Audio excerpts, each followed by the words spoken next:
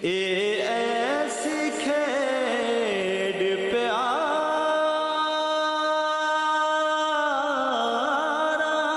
ਦੀ, ਇਹ ਐਸਾ ਬਹਿਰ ਮੁਹੱਬਤਾਂ ਦਾ,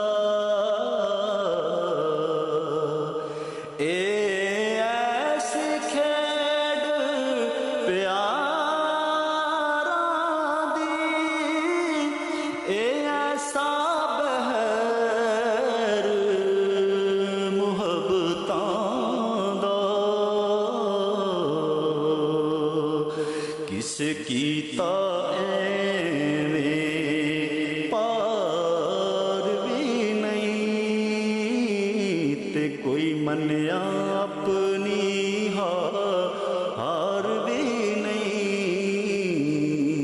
ਕਿਸ ਕੀਤਾ ਐਨੂੰ